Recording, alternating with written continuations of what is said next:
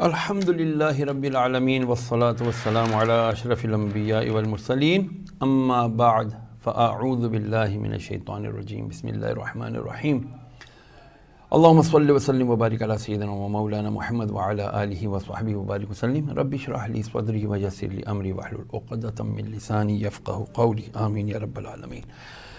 Viewers and listeners, آپ تمام کی خدمت میں سید شہریار داؤد کا السلام علیکم ورحمۃ اللہ وبرکاتہ۔ دیکھ رہے ہیں آپ اپنا پسندیدہ پروگرام روحانی مسائل کا سید شہریار داؤد کے ساتھ۔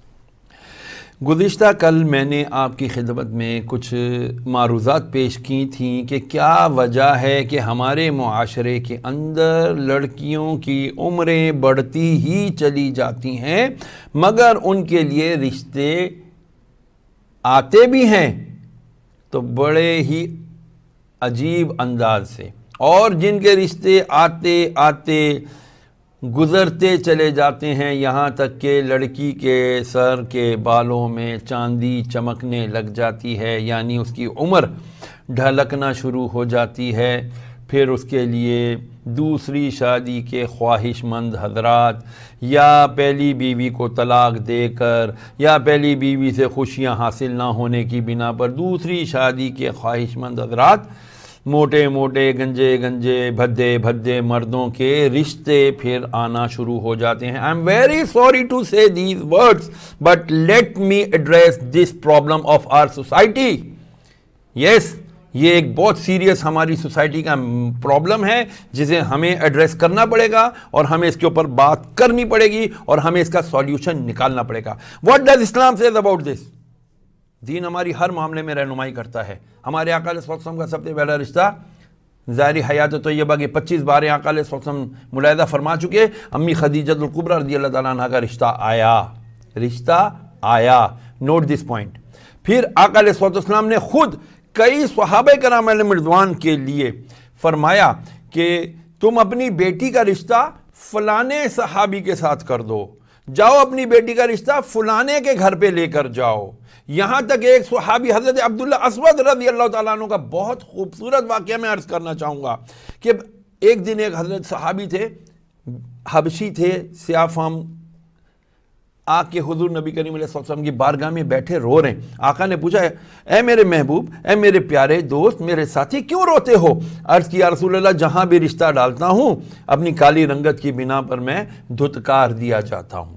میرے آقا علیہ السلام کے چہرے پر شفقت کے آثار نمودار ہوئے۔ فرمایا، جاؤ فلانے سردار کے گھر پہ جاؤ اور انہیں جا کر کے کہو کہ وہ اپنی بیٹی کا رشتہ تمہارے ساتھ کر دے۔ اب وہ بیٹی سنیے، وہ اس قبیلے کی سب سے خوبصورت اور حسین ترین لڑکی اور سردار قبیلہ، یعنی قبیلے کے سردار کی بیٹی۔ اب وہاں پر جو وہ جاتے ہیں، کہتے ہیں، اے سردار، میں محمد رسول اللہ صلی اللہ تعالیٰ علیہ وسلم فداک ابی و امی، ان پر ہمارے ماں باپ کی جانیں قربان، ہماری جانیں قربان، ان کا ایک پیغام لایا ہوں کہ انہوں نے مجھے کہا کہ تمہاری بیٹی کے ساتھ میرا رشتہ کر دیا جائے۔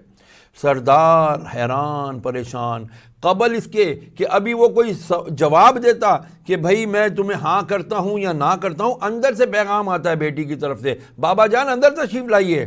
بابا جان اندر تشریف لے جاتے ہیں تو وہ کہتی ہے، بیٹی کہتی ہے، بابا جان قطعاً بالکل بھی جو ہے نا آپ اس میں تردد کا اظہار نہ کریں، فوراً ہاں کر دیں کہ ہمارے گھر میں نبی آخر الزمان صلی اللہ تعالیٰ علیہ وسلم کی طرف سے رشتہ آیا ہے، یہ تو ہمارے لیے بہت بڑی سعادت کی بات ہے۔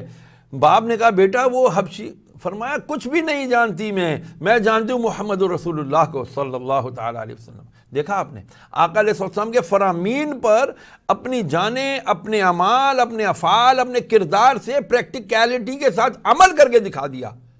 ہمارا کیا حال ہے نا، ہم کہتے ہیں نا، دعویٰ کرتے ہیں ہم، غلام ہے رسول کے غلام ہے، غلامی رسول میں موت بھی قبول ہے، یہی ہمارا جو ہے نا یہ دعویٰ ہے نا آج کل، لیکن ایسا قطعاً ہمارے ساتھ، ہماری پریکٹیکیلٹی میں ایسا ہمارے ساتھ کچھ بھی نہیں ہے۔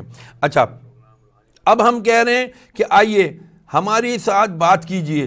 ہم بات کرتے ہیں جی کیا کہ جی ہم کہہ رہے ہیں کہ جی ہمارے معاشرے کے اندر یہ غلط رسم ختم ہونی چاہیے. اچھا پھر یہ بات کہ جی لڑکیاں آ رہی ہیں، کھانا پیش کر رہی ہیں، چائے پیش کر رہی ہیں، لڑکے والے آتے ہیں، جوں لڑکے کی عمر بھی 25 سال اس کی والدہ نکلتی ہے لینے کے لیے کیا رشتہ. ہاں جی ہمیں اس کے لیے 25 سال کا لڑکا ہے تو چلو کوئی 20-22 سال کی لڑکی چلے گی، ٹھیک ہے، دراز کا دو، خوبصورت ہو، یہ سب کچھ ہو. سارے چونچلے اپنے پورے کرنے لڑکوں کی ماؤں نے اپنا ٹائم بھول جاتی ہیں کہ جب ان کی بھی شادی ہوئی تھی تو ان کے ساتھ کیا بیہیو کیا گیا تھا. بہرحال پھر لڑکے کی عمر 30 سال ہو گئی، 35 سال ہو گئی تو ادھر سے ریورس ہوتی چلی جاتی ہے، نہیں 20 سال کی، نہیں 18 سال کی، نہیں 16 سال کی لڑکی چاہیے. یہ کیا بےہودگی ہے، یہ کیا معیار ہے ہمارا. ٹھیک ہے. اب مزید یہ کہ بھائی لڑکی والے ہمارے ہاں اس طرح سے بیچارے دبے رہتے ہیں، جی ہم لڑکی والے ہیں. کیوں لڑکی والے ہیں؟ جی وہ آئے ہیں ذرا ہمارے سے پوچھنے کے لیے تو ہم لڑکی کو بہت اچھے سے سجا کے سنوار کے ان کے سامنے پیش کریں. یاد رکھیے گا اسلام میں ایسی قطعاً کوئی اجازت نہیں ہے. اسلام اس چیز کو قطعاً جو ہے نا ڈیولپ یا کیا کہتے ہیں انکریج نہیں کرتا. اسلام کہتا ہے جب بھی کفو کرو، رشتہ کرو، برابری کی بنیاد پر کرو، اپنے جیسے لوگ دیکھو تاکہ تمہیں آسانی ہو اپنے ہاں شادیاں اور نکاح کرنے میں. میرے آقا نے فرمایا کہ نکاح کو آسان کرو، اور نبیوں کی یہ سنت مبارکہ ہے، اس کو جو ہے نا بہت ہی اچھے طریقے سے ادا کرنے کی ضرورت ہے. اچھے طریقے سے مراد یہ قطعاً نہیں ہے کہ بہت ہی عالیشان 20-25-50 لاکھ روپے کی، کروڑوں روپے کی شادی جو ہے نا کی جائے. نہیں، ایسا نہیں ہے. بلکہ ہونا یہ چاہیے کہ ہمارے ہاں دیکھیں میرج بیوروز، بلکہ آج کل تو میرج بیوروز بہت زیادہ کام کر رہے ہیں. سارے میرج بیوروز برے نہیں ہوتے، ان کا کام یہ ہوتا ہے کہ وہ اچھے ایکویلٹی ملتے جلتے جو لوگوں کی ڈیمانڈ ہوتی ہے اس طرح کے رشتے ان کے سامنے کر دیتے ہیں اور وہ اپنی فیس لے کے سائڈ پر ہو جاتے ہیں. لیکن دیکھنا یہ ہے کہ یہ ہماری ڈیمانڈز کیا ہیں، ہماری ڈیمانڈز کیا واقعی اسلامی ہیں، کیا ہماری ڈیمانڈز واقعی شریعت کے دائرے کے اندر رہ کر ہیں. آپ کہیں گے کہ جی ہم کون سا کام مغلا جو ہے نا اتنے شریعتوں کے مطابق کرتے ہیں جو آپ اس کے اندر ہمیں شریعت کے جو ہے نا درس دیتے پھر رہے ہیں. جناب ہمیں یہ کرنا پڑے گا کیونکہ یہ وہ سوشل کانٹریکٹ ہے، یہ وہ ملاپ ہے جس سے ایک نسل آتی ہے، اور جب وہ نسل آتی ہے تو وہ با حیا ہونی چاہیے، با ایمان ہونی چاہیے اور نیک ہونی چاہیے. اگر نہیں ہوگی تو پھر نتیجہ کیا نکلے گا؟ بے حیائی، ضلالت عام ہو جائے گی، اور پھر کیا ہوگا؟ ہمارے پاس عزت بچانے کے لیے کچھ بھی نہیں رہ جائے گا. میں اس کے اوپر آپ کے ساتھ مزید بات کروں گا، مگر اس مختصر وقفے کے بعد کہیں نہ جائیے گا، آپ کا انتظار رہے گا.